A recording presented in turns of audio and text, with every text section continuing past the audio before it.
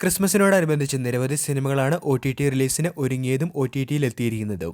ഈ ആഴ്ച പുറത്തു വന്നിട്ടുള്ള ഏറ്റവും പുതിയ സിനിമകളും അതോടൊപ്പം തന്നെ OTT റിലീസിനായി കാത്തിരിക്കുന്ന സിനിമകളുടെയും അപ്ഡേറ്റുകളാണ് ഇന്നത്തെ വീഡിയോയിലൂടെ നിങ്ങളുമായി പങ്കുവയ്ക്കുന്നത്. വീഡിയോയിലേക്ക് കടക്കും മുൻപേ ഇതുപോലുള്ള ഏറ്റവും പുതിയ ഫിലിം OTT എന്റർടൈൻമെന്റ് ന്യൂസുകൾക്കായി ചാനൽ ഇപ്പോൾ തന്നെ മറക്കാതെ സബ്സ്ക്രൈബ് ചെയ്തു വെച്ചേക്കുക.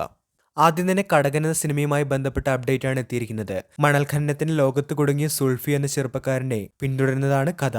മണൽ മാഫിയുമായി ബന്ധപ്പെട്ട് ഉണ്ടാകുന്ന സംഘർഷങ്ങളും ആധികാരിക നിമിഷങ്ങളും ധാർമ്മിക പ്രതിസന്ധികളും ഉയർത്തിക്കാട്ടുന്ന സിനിമയാണ് കടകൻ. മലയാള ചിത്രം ഡിസംബർ 20 സൺ നെക്സ്റ്റിലാണ് സ്ട്രീമിംഗ് ആരംഭിച്ചിരിക്കുന്നത്. മീര ജാസ്മിൻ നായികയായി എത്തിയ പാലും പഴവും OTTയിൽ റിലീസായിട്ടുണ്ട്.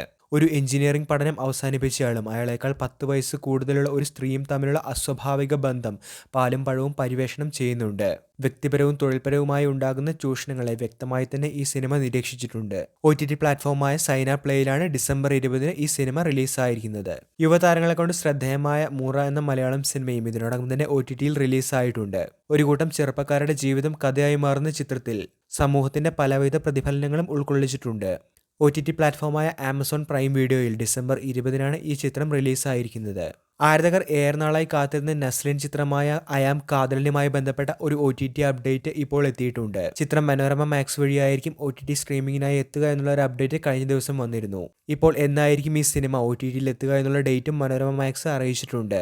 2024 ഡിസംബർ 25 ക്രിസ്മസ് ദിനത്തിലായിരിക്കും മനോരമ മാക്സിൽ ഈ സിനിമ OTT റിലീസാവുക. വീഡിയോ ഇഷ്ടമായെങ്കിൽ തീർച്ചയായിട്ടും ലൈക്ക് ചെയ്യുക. ഏറ്റവും പുതിയ സിനിമ ന്യൂസുകൾക്കായി ചാനൽ ഇപ്പോൾ തന്നെ മറക്കാതെ സബ്സ്ക്രൈബ് ചെയ്തു വെച്ചേക്കുക.